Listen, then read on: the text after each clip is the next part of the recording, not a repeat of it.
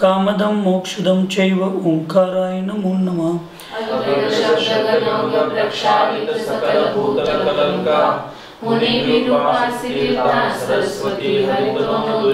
अज्ञानतिमिरां ध्यानां ज्ञानाञ्जनशलाकया चक्षुरुन्मीलितं येन तस्मै श्री गुरुवे नमः। श्री परम गुरुभ्यो नमः। परम्पराचार्य गुरुभ्यो नमः। सकल कलुष विध्वंसकं श्रेयसां परिवर्धकं धर्म संबंधकं भव्य जीवन प्रतिबोधकारकमिदं शास्त्रं श्री मूलाचार प्रदीप नामधेयम् अस्य मूलग्रंथकर्तार श्री सर्वज्ञ देवास्तुत्रग्रंथकर्तार श्री गंधर्देवा प्रतिगंधर्देवा तेषाम् उच्चानुसार साध्य व सकल कीर्ति आचार्येण विरचितम् इदं शास्त्रं श्रोतार सावधानतया शृण्वन्तु।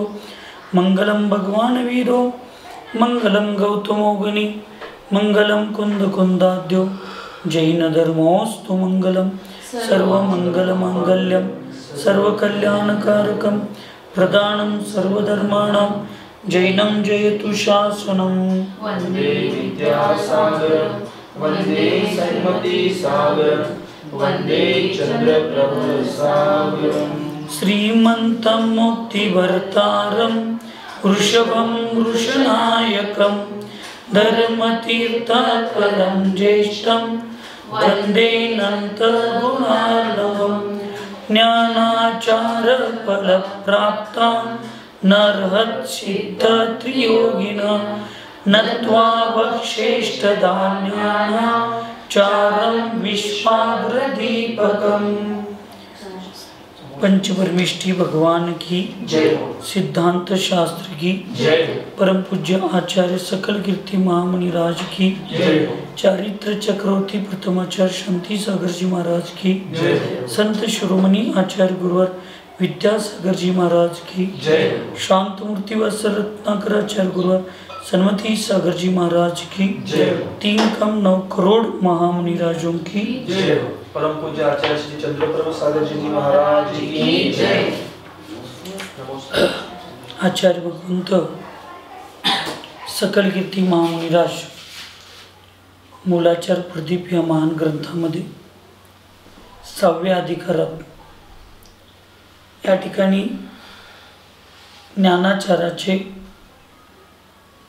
जी विधी आहेत 8 त्यातली पहिली विधी जी कालाचार आहे त्याचं वर्णन करत असताना स्वाध्यायाच्या काळामध्ये जी अंगपूर्व वस्तू आणि प्राकृत गंधरांच्या माध्यमातून सांगितलेलं आहे।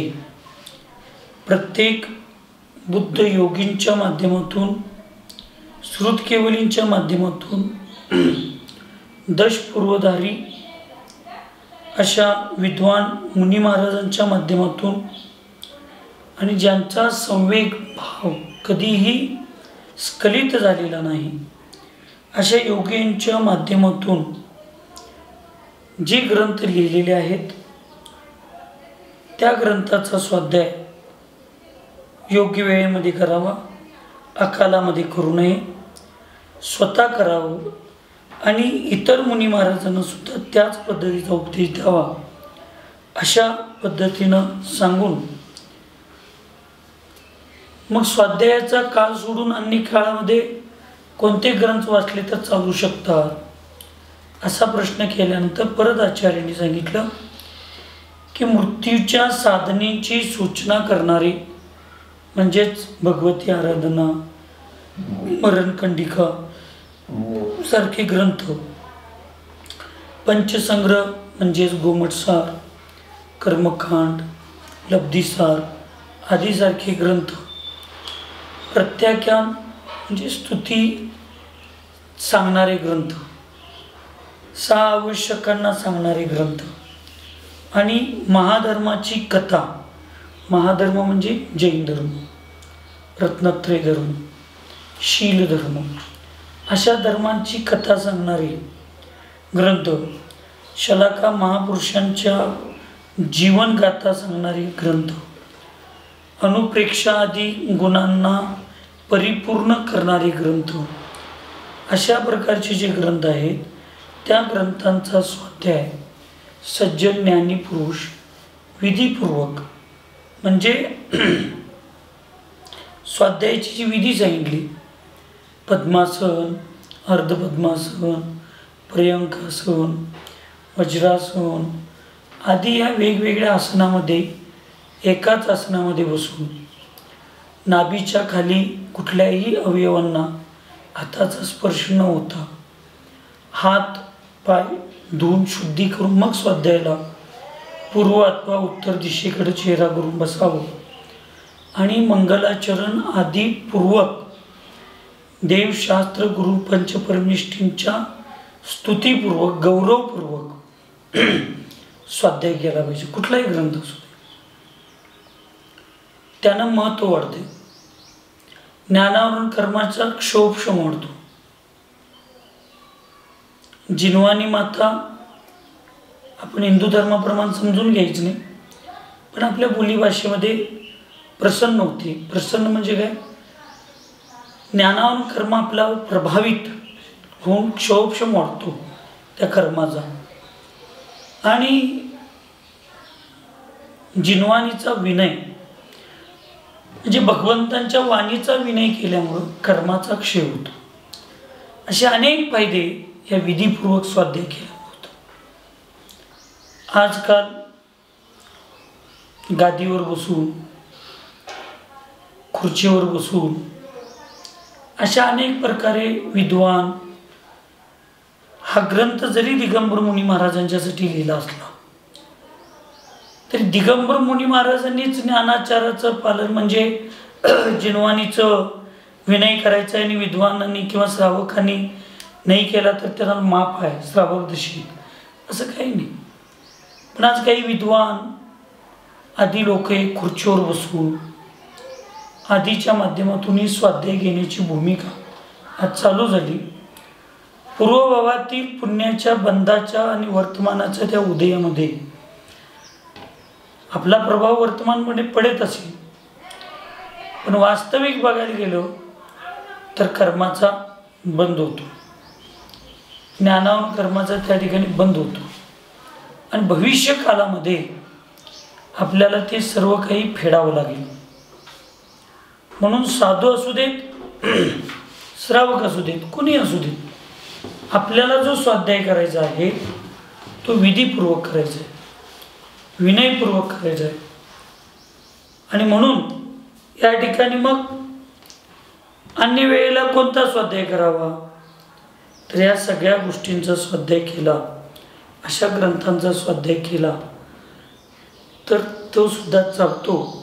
अशा पद्धतीची एक भूमिका आचार्य सकलकीर्ती महामुनिराजांनी आपल्यासमोर ठेवली. आणि या कालाचाराचा उपसंहार करत असताना, या ज्ञानाचाराचा उपसंहार करत असताना, ज्ञानाचारामधील कालाचाराचा उपसंहार करत असताना, अंगानी पूर्वादी शास्त्रांचा प्रारंभ करत असताना किती महत्त्वाचं सांगितले बघा. असे जे सूत्र ग्रंथ असतात, दौला, जय दौला, महादौला, महाबंध, षटखंडागम आदींच्या सारखे जे महान ग्रंथ असतात, ह्या ग्रंथांची सुरुवात करत असताना उपवास आदी वेगवेगळे विधेत. आता हे महान ग्रंथ श्रावकांनी वाचण्यायोग्य तेवढी त्यांची कॅपॅसिटी नसते असं अनेक ग्रंथामध्ये. आणि सिद्धांत चक्रवर्ती नेमिचंद्रांचा जो व्यवहार होता की श्रवण बेळगोळमध्ये चंद्रगिरी या पहाडावर नेमिनाथ भगवंतांच्या मंदिरात त्यांनी ज्यावेळी षटखंड दौला आदींचा अभ्यास करत असताना त्यावेळेला चामुंडराय त्या ठिकाणी आले तर त्यांनी ते ग्रंथ बंद केला. चामुंडरायने विचारला का ग्रंथ बंद केला तर त्यावेळी सांगितले की असंयमी वस्त्रधारी लोकांना हा स्वाध्याय करण्या एवढी योग्यता नसते. आणि मग हातला विषय मग आम्हाला कळणार कसा असा चामुंडरायांच्या प्रश्नाने निवेदन झाल्यानंतर सिद्धांत चक्रवर्ती नेमिचंद्र स्वामींनी त्या ठिकाणी जीवकांड, कर्मकांड सारख्या महान ग्रंथांची निर्मिती केली. ह्या प्रसंगावरून असं लक्षात येतं की हे महान सूत्रग्रंथ आहेत ते श्रावकांनी वस्त्रधारी अवस्थेमध्ये किमान आरंभ प्रतिमेचा म्हणजे आरंभ त्याग ह्या प्रतिमेची भूमिका जोपर्यंत होत नाही तोपर्यंत अशा ग्रंथांचा स्वाध्याय करू नये. पण आज काही विद्वान, काही ज्ञानी लोक करण्याचा साहस करतात. पण बऱ्यापैकी अशा लोकांची असमाधी किंवा शारीरिक व्यंग अंतिम समयामध्ये निर्माण होतात. कारण हा जिनवानीचा अवेल नाही, जिनवानीच्या नियमाचे उल्लंघन केलेल्याचा दोष आहे. म्हणून असे जे महान ग्रंथ असतात त्या महान ग्रंथांच्या स्वाध्यायाची सुरुवात करताना साधूंनी निरंकार उपास केलं तर योग्यच आहे. पण किमान शक्तीनुसार तप आणि शक्तीनुसार भूमिकेतून एखादी साधना करून मगच त्या ग्रंथाची सुरुवात करा, त्या ग्रंथाचा स्वाध्याय करा. त्याचं कारण काहीतरी ते शास्त्रामध्ये सांगतात. अंगाणां सर्वपूर्वाणां वस्तूनां प्रावृतात्मनां प्रारंभेऽत्र समाप्तौ चै शोयनुज्ञया गुरो उपवासो विधातव्यो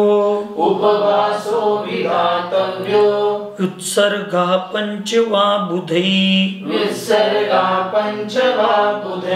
अकालादिज दोषस्य विशुद्ध्यर्थं शिवाप्तये अंगानां सर्वपूर्वाणां वस्तूनां प्रावृतात्मनां प्रारम्भेऽत्र समाप्तौ चैक्षोर्यनुज्ञया गुरो उपवासो विधातव्यो युत्सर्गा पंचवा बुधे अकालादिज दोषस्य विशुद्धर्थं शिवाप्तये. 11 अंग 14 पूर्व वस्तु और प्राभूत शस्त्रों का स्वाध्याय प्रारंभ करने के समय तथा समाप्ति के समय गुरु की आज्ञा से एक एक उपवास करना चाहिए. एक एक म्हणजे सुरुवातीला एक उपवास, समाप्तीचा प्रारंभ करताना एक उपवास आणि समाप्तीचा उपसंहार झाल्यानंतर एक शास्त्राचा ग्रंथाचा उपसंहार झाले उपवास. अथवा बुद्धिमानों को 5 कायोत्सर्ग करना चाहिए किंवा 5 कायोत्सर्ग. 5 कायोत्सर्ग म्हणजे आपण करतो असं गडबडीत नाही, श्वासोश्वासावर. नमो अर्यंताणम, नमो सिद्धाणम, नमो ऐर्याणम, नमो वज्रायाणम, नमो लोहे संवत्सवनम. असा 3 श्वासोश्वासमध्ये एक नमोकार मंत्र, असा 9 नमोकार मंत्र म्हणत असताना 27 श्वासोश्वासामध्ये एक कायोत्सर्ग, असे 5 कायोत्सर्ग घेतले पाहिजे. ते कायोत्सर्ग करत असताना श्वासोश्वास सुद्धा नैसर्गिक असले पाहिजेत. योगासन प्राणायाम केल्यागत इथं आपण करून चालणार नाही.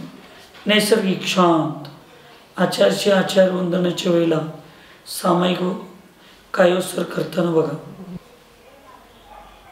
शरीराची त्यांची हालचाल सुद्धा होत नव्हती. शांत नॅचरली घेतलं पाहिजे, नॅचरली कायोत्सर्ग केला पाहिजे. आपल्याला गडबड असते म्हणून आपण श्वासोश्वासवर सुद्धा गडबडीत करण्याचा प्रयत्न करतो.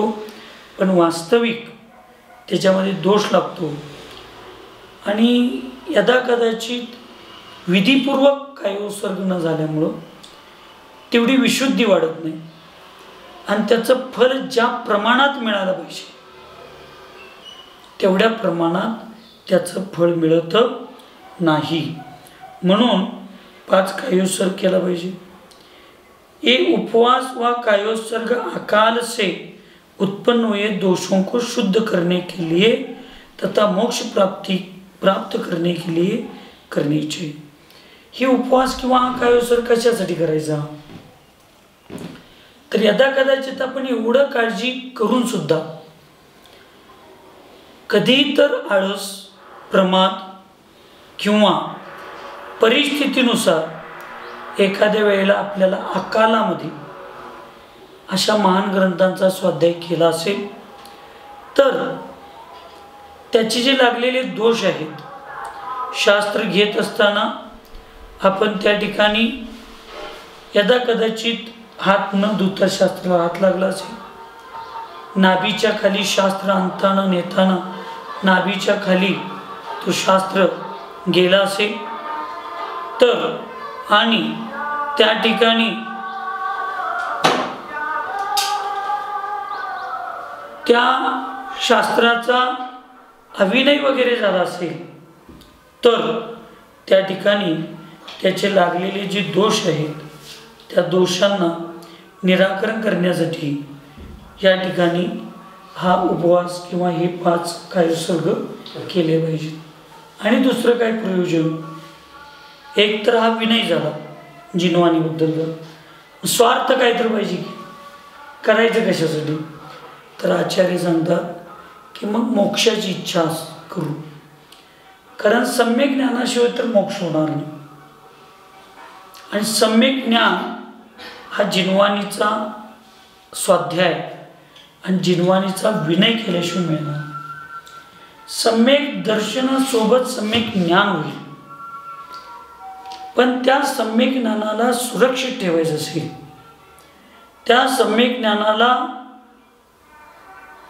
वृद्धी करायची असेल तर स्वाध्याय, मग तो स्वाध्याय विधीपूर्वक विनयपूर्वक, मग तो स्वाध्याय वाचना, पृच्छना, आमनाय, अनुप्रेक्षा, धर्मोपदेश आदी या सगळ्या प्रकारे स्वाध्याय झाला पाहिजे. केवळ वाचलो म्हणजे स्वाध्याय होत नाही, केवळ पाठ केलो म्हणजे स्वाध्याय होत नाही, त्याचं चिंतन झालं पाहिजे. एकमेकाला त्या ज्ञानाची देवाणघेवाण झाली पाहिजे. देवाणघेवाणामुळं ज्ञान दृढ बनतं, पक्क होतं, क्षोभक्षम होतो. आणि म्हणून या सगळ्याच्या निमित्तानं मग अशुभ कर्माच्या उदयात ज्यावेळी अस्थिरता होते, अशुभ कर्माच्या उदयामध्ये ज्यावेळी परिणामांच्या मध्ये विचलितता निर्माण होते, त्यावेळी हे ज्ञान काम करतं. आणि त्यावेळी ज्ञान काम करत असेल तरच ते खरं ज्ञान आहे आणि तरच आम्ही सम्यक दर्शनाचा आधार म्हणू शकतो आमच्या जीवनात, अन्यथा होणार नाही. मग या ठिकाणी 5 पांडवांना दीक्षा घेतली आणि 5 पांडवांनी दीक्षा घेतल्यानंतर जंगलामध्ये ध्यानाला बसले. तर त्यावेळेला दुर्योधनाचे वंशज असणारी जी लोक आहेत, त्याचे पुत्र नातू वगैरे, त्या लोकांनी येऊन त्या ठिकाणी त्या 5 पांडवांच्यावर भाचा बहुतेक असं काहीतरी उल्लेख आहे, तर त्यांनी येऊन उपसर्ग केला. उपसर्ग केला म्हणजे लोखंडाच्या, ऐकायला काय सगळीजण, लोखंडाच्या साखळ्या, गरम गरम गरम साखळ्या त्या मुनी महाराजांच्या गळ्यात घातल्या. आणि त्यावेळेला 3 मुनी महाराजांनी आपल्या ह्याच ज्ञानाचा आधार घेऊन, सम्यक ज्ञानाचा आधार घेऊन त्या ठिकाणी स्वतःमध्ये आत्मस्वरूपामध्ये स्थिरता, आत्मस्वभावामध्ये स्थिरता करून ते त्याच्यामध्ये लीन झाले, एकरूप झाले आणि ज्या भेद रत्नत्रयाच्या साधनेचा आधार घेऊन त्यांनी मोक्षमार्ग स्थापन केलेला होता, त्याचा आधार सोडला आणि अभेद रत्नत्रयामध्ये ते लीन झाले. म्हणजे आत्माच सम्यक दर्शन, आत्माच सम्यक ज्ञान, आत्माच सम्यक चारित्र्य, रत्नत्रय तीन नाही, तिन्हीची एकता, तोच माझ्या आत्म्याचं स्वरूप, तोच माझा स्वभाव, ह्या अभेद रत्नत्रयामध्ये लीन झाले. आणि त्या 3 पांडवांना मोक्षाची प्राप्ती मिळाली. आज तर आपल्याला एखादा रोग झाला तर साध्या साध्या वेदना होतात, शरीराला वेदना होतात. शरीराला वेदना झाल्यामुळं आपलं मन विचलित होतं. मग कधी कधी धर्मापासून विचलित होण्याचे भाव होतात. मग कधी कधी स्वाध्याय सुद्धा मग कानाला ऐकायला नको वाटतो, काही वेळेला मग त्रास होतो. पण अशा वेळेला आपल्या सम्यक दर्शनाची आणि आपल्याकडे असणाऱ्या सम्यक ज्ञानाची ही परीक्षा असते की अशा वेळेला आम्ही किती स्थिर राहतो. आणि करुणाभाव सुद्धा अशा वेळी चालत नाही. लहान 2 पांडवांनी, नकुल आणि सहदेव, ह्या 2 लहान पांडवांनी स्वतःचा विचार केला नाही, पण करुणा दया भावनेनं त्यांनी आपल्या ज्येष्ठ नकुलानं आपल्या बाकीच्या 4 भावांचा विचार केला, सहदेवानं आपल्या 4 भावांचा विचार केला की त्यांना किती त्रास होत असेल. आणि केवळ चांगली भावना सुद्धा म्हणजे करुणा दयाभाव तिथं असल्यामुळं ते अभेद रत्नत्रयात जाऊ शकले नाही. ते भेदरूपी रत्नत्रयामध्येच धर्म ध्यानामध्येच लीन राहिले आणि ते सर्वार्थ सिद्धीमध्ये गेले, मोक्षाला जाऊ शकले नाही. म्हणजे ज्ञान स्वतःसाठी आणि इतरांच्यासाठी. मग ह्या सम्यक ज्ञानाचा उपयोग आत्मस्वरूपामध्ये करत असताना स्वतःसाठी करणं हा एकमेवच त्याच्या मागचा पर्याय असतो. किती करुणा आणि दयाभाव असेल. आणि मुनी महाराजांनी ठीक आहे, वर्तमानमध्ये पंचमकाल आहे, त्यामुळं धर्मध्यानच होणार आहे. आणि धर्मध्यानामध्ये आज्ञाविषय, अपायविषय, विपाकविषय आणि संस्थानविषय या 4ही ध्यानामध्ये स्वतःच्या आत्मस्वरूप आणि स्वभावाबरोबर इतरांच्या जीवांचं किंवा 3 लोकातल्या व्यवस्थेचं चिंतन आदी आदी असणार आहे. पण ती शुभ ध्यान असणार आहे. पण ज्यावेळेला योग्य द्रव्य, योग्य क्षेत्र, योग्य काल, भाव असं सगळं मिळेल चतुर्थ कालाच्या अपेक्षेनं, त्यावेळी साधूंनी ध्यानाला बसत असताना परद्रव्याचं सुद्धा चिंतन करायचं नाही. एवढ्यासाठी पंचपरमेष्ठींचं चिंतन आणि ध्यान करणं हे सुद्धा परद्रव्याचं चिंतन आहे, परद्रव्याचं ध्यान आहे. आत्मस्वरूपाचं ध्यान नाही, निज आत्मस्वरूपाचं निजात्म्याचं ध्यान नाही.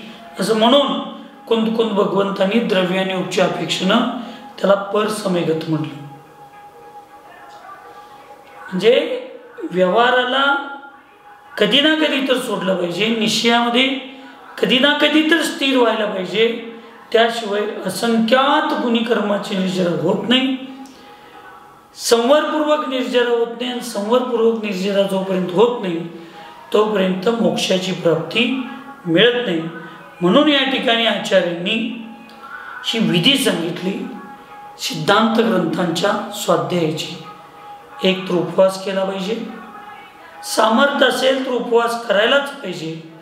जर सामर्थ्य नसेल तर किमान शांत बसून एकाग्र बुद्धीने 5 कायोत्सर्ग तरी करून मग स्वाध्यायाची सुरुवात आणि स्वाध्यायाचा उपसंवाद हा दोन्ही प्रकारे त्या ठिकाणी करणं अत्यंत गरजेचं आहे असं आचार्यांनी सांगितलं. आता विनयाचार सांगतात. विनयाचाराचं काय स्वरूप आहे? हा सगळ्या गोष्टी आचार्य उमास्वामी महाराजांनी जे सूत्र सांगितलं ते एक सूत्र जर आम्ही आमच्या लक्षात ठेवलं, पूजन करताना, स्वाध्याय करताना, सामायिक करताना, ध्यान करताना एक सूत्र दे. विधी, द्रव्य, दातृ, पात्र, विशेषा, तद्विशेषा, की कोणतेही कार्य विधीपूर्वक झालं पाहिजे. गणितामध्ये सुद्धा एखादं गणित सोडवत असताना जर तुमची विधी, स्टेप्स, फॉर्म्युला बरोबर असेल आणि खालचं उत्तर जरी चुकलं असेल तर 5 पैकी 2 मार्क तरी शिक्षकांना द्यावेच लागतात. स्टेप्स बरोबर असतील तर. तुमचं खालचं उत्तर बरोबर आहे पण मांडणी बरोबर नसेल, स्टेप्स बरोबर नसतील तरी सुद्धा 0 मार्क असतात. म्हणून आमच्याकडे स्टेप्स, विधी पक्की पाहिजे. ज्या द्रव्याची, मग आम्ही इथे आत्मद्रव्य घ्या किंवा बाह्य साधन रूप असणाऱ्या द्रव्य घ्या, तर ते द्रव्य सुद्धा शुद्ध पाहिजे. जे पुढं 2 विशेषात सांगायला लागले, एक विशेष शुद्धी बाबतीत, उत्कृष्टते बाबतीत सांगतो आणि एक विशेष अतिशयाला संबोधित करणार आहे. म्हणजे विधी उत्कृष्ट पाहिजे, द्रव्य उत्कृष्ट पाहिजे, दाता म्हणजे देणाऱ्याचे भाव उत्कृष्ट पाहिजे आणि पात्र ज्यांना आम्ही द्या लागलोय ते पात्र सुद्धा उत्कृष्ट पाहिजे. असं असेल तर तद्विशेषात त्यावेळेला काहीतरी अतिशय घडतात. म्हणून मानतुंग आचार्यांनी भक्तांवर लिहिलं, निस्पृह होऊन लिहिलं, निस्वार्थपणानं लिहिलं. आज तेवढ्याच शुद्धीपूर्वक आम्ही जरी म्हणलो व्याकरणपूर्वक, तरी सुद्धा मानतुंग आचार्यांच्या भक्तीमुळं, त्यांच्या विशुद्धीमुळं, त्यांच्या त्या विनयामुळं त्या ठिकाणी 48 कुलपं तुटली. आमच्या हातातला दोरा तुटत नाही. का अतिशय होत नाही आमच्या बाबतीत? धन्यकुमार लहान बालक फाटकी कपडे घालून आपल्या घराच्या बाहेर नुसता मुनी महाराजांचा आहार बघून टाळी वाजवून त्याला अनुमोदना दिला तर तिथं 85 उष्टी होते. आपल्या घरामध्ये एखाद्या मुनी महाराजांचा आहार झाला तर घरावरच्या झाडाचा पाला पण पडत नाही. का बरं? कुठं तर आपल्या विधीमध्ये, आपल्या भावनेमध्ये कुठं तरी विशुद्धी कमी आहे. आपला कुठं तर स्वार्थ लपला. भले तो स्वार्थ दिसत नसेल पण असणार पक्का आहे. कारण भगवंतांची पूजा, गुरूंच्या सेवेची भक्ती, या सगळ्यामध्ये काही ना काहीतरी लाभ मिळणारच आहे. मग काही ना काही मिळण्यापेक्षा 700 पुण्याचा लाभ झाला पाहिजे आणि तो 700 पुण्याचा भाग विनयपूर्वक केला तरच होतो. मग तो विनय काय आहे? त्या विनयाचाराचं स्वरूप काय आहे? तर आचार्य इथं सांगतात, सुपर्यंकार्ध पर्यंक, सुपर्यंकार्ध पर्यंक, वीरासनाधिकान बहून, वीरासनाधिकान बहून, विधाय हृदये धृत्वा, विधाय हृदये धृत्वा, प्रतिलेख्य करद्वयम्, प्रतिलेख्य करद्वयम्, नत्वा सिद्धांत सूत्राणि, नत्वा सिद्धांत सूत्राणि, पठ्यन्ते यत्र योगिभिः, पठ्यन्ते यत्र योगिभिः, सूत्रार्थ योग शुद्ध्यास, सूत्रार्थ योग शुद्धास, ज्ञानस्य विनयो मत, ज्ञानस्य विनयो मत, सुपर्यंकार्ध पर्यंक, वीरासनाधिकान बहून, विधाय हृदये धृत्वा, प्रतिलेख्य करद्वयम्, नत्वा सिद्धांत सूत्राणि, पठ्यन्ते यत्र योगिभिः, सूत्रार्थ योग शुद्धास, ज्ञानस्य विनयो मतः. मुनि लोग जो पर्यंकासन, अर्ध पर्यंकासन, वीरासन आदि में से कोई एक आसन लगाकर हाथों को शुद्ध कर, सिद्धांत सूत्रों को ही नमस्कार कर तथा उन्हीं को हृदय में विराजमान कर मन वचन काय की शुद्धता पूर्वक जो सूत्र व सूत्र के अर्थ को पढ़ते हैं उसको ज्ञान का विनय व विनयाचार कहते हैं. मुनी महाराजांनी पर्यंकासन, अर्धपर्यंकासन, वीरासन ज्या आसनामध्ये आपण स्थिर राहू शकतो, स्थिर बसू शकतो, स्थिर राहू शकतो असे एक चांगलं आसन शवासन सोडून, शवासन म्हणजे झोपणं, प्रेत जसं पडलेलं असतंय तसं आकाशाकडे तोंड करून दोन्ही हात असं लांब करून दोन्ही पायामध्ये थोडं अंतर करून असं झोपलं जातं. वास्तविक ती झोप नसते, ती शवासन असतं. तो एक ध्यानाचा आणि आसनाचा प्रकार आहे. ते सुद्धा करणं फार कठीण असतं, पण ते स्वाध्यायाच्या वेळेला करून चालणार नाही.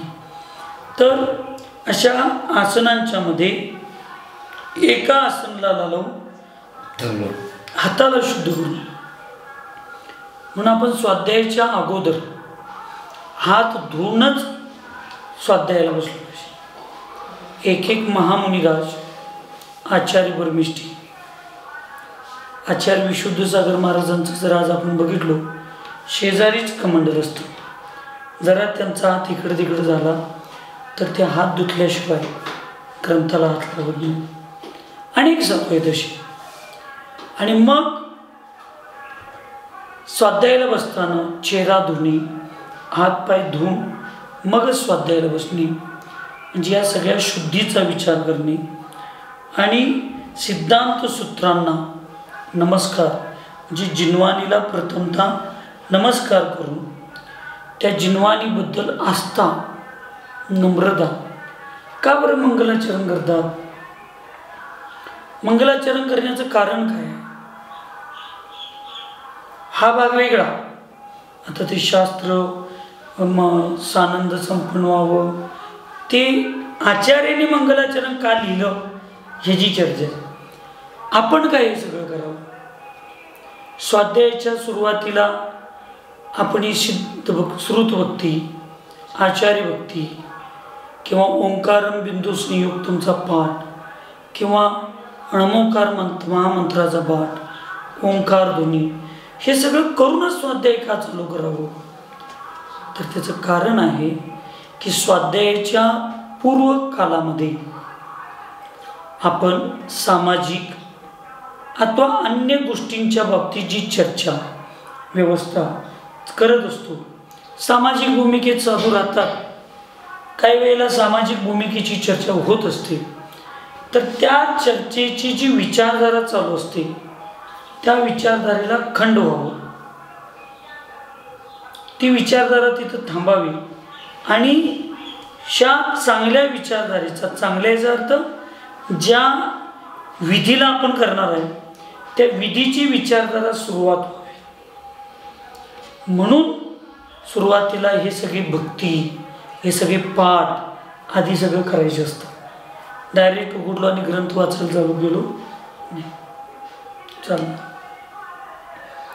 म्हणून कोणताही ग्रंथ अत्यंत विद्वान आचार्य महाराज असतात, मुनी महाराज असतात, उपाध्याय परमिष्ठी असतात, ते ग्रंथाला सुरुवात करताना पूर्व स्वाध्यायाच्या बेलेमध्ये जी उपसंहार रूप स्वाध्याय झालेला असतो त्याची भूमिका पहिला मांडत असतात आणि मग आजच्या स्वाध्यायाला सुरुवात करत असतात. म्हणजे काल जो आपण या ग्रंथाचा स्वाध्याय करत असताना जो खंड पडला होता, कालच्या स्वाध्यायापासून आजच्या स्वाध्यायाच्या सुरुवातीपर्यंत जी मधी ही विचारधारा, त्या विचारधारेच्या त्या स्वाध्यायाचा ज्या धारेचा खंड झालेला होता त्या धारेला परत प्रवाहित आणि ऊर्जित करण्यासाठी आणि जिन्वानीचा विनय म्हणून पूर्व पीठिकेच्या माध्यमातूनच पुढं स्वाध्याय घेतलं तर तो स्वाध्याय अत्यंत प्रभावशील, इतरांच्यासाठीही आणि स्वतःसाठी सुद्धा होत असतो.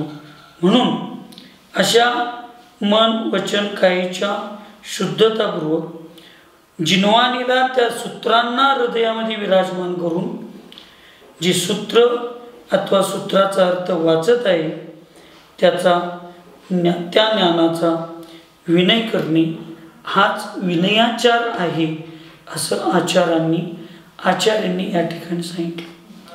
आणि म्हणून विनय मोक्षद्वारम, विनयच वास्तविक मोक्षाचा द्वार आहे. मग तो कोणाचा विनय? खरे देव, खरे शास्त्र, खरे गुरु यांचा तर विनय करायचाच आहे. पण स्वतःच्या आचरणाचा, स्वतःच्या चारित्र्याचा, स्वतःच्या विचाराचा सुद्धा विनय हा अध्यात्मामध्ये करणं फार गरजेचं असतं. आणि त्यामुळंच या भूमिका आपल्या यशस्वी पार पडत असतात. आपण या ज्ञानाचाराच्या स्वाध्यायाच्या भूमिकेमध्ये असताना काल सांगितलेला कालाचार आणि आज सांगितलेलं विनयाचार याचं पालन तंतोतंत करण्याचा पुरुषार्थ तुमच्या आमच्यात येऊ दे. आणि त्या ज्ञानावर कर्माचा क्षोभशम होऊ दे आणि मोक्षाची प्राप्ती होऊ दे. अशा मंगलमय भावनेनं सुखी रहे सब जीव जगत में, कोई कभी न घबरावे, वैर पाप अभिमान छोड़ जग, नित्य नए मंगल गावे. ओम नमः. सबको क्षमा, सबसे क्षमा.